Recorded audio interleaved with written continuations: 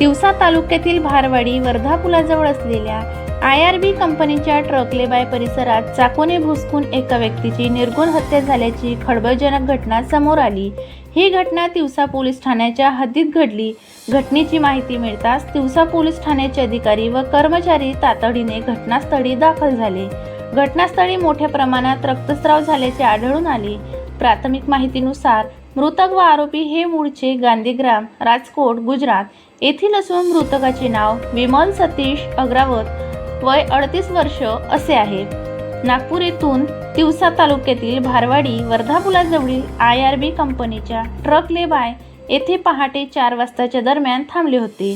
पहाटेच्या सुमारास दोघांमध्ये झालेल्या वादातून हा प्रकार घडल्याचा प्राथमिक अंदाज पोलिसांनी व्यक्त केला।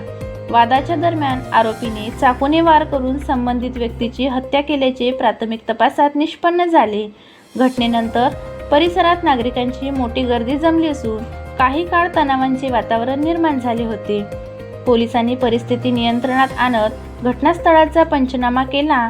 हत्या नेमकी कोणत्या कारणावरून करण्यात आली याचा सखोल तपास सुरू आहे। दरम्यान ही हत्या वैयक्तिक वादातून झाली की अन्य कोणत्या कारणामुळे याबाबत विविध शक्यता तपासल्या जात असून परिसरातील CCTV फुटेजही पाहणी करण्यात येत आहे। या घटनेमुळे परिसरात भीतीचे वातावरण पसरले असून नागरिकांकडून सुरक्षिततेबाबत चिंता व्यक्त करण्यात येत आहे।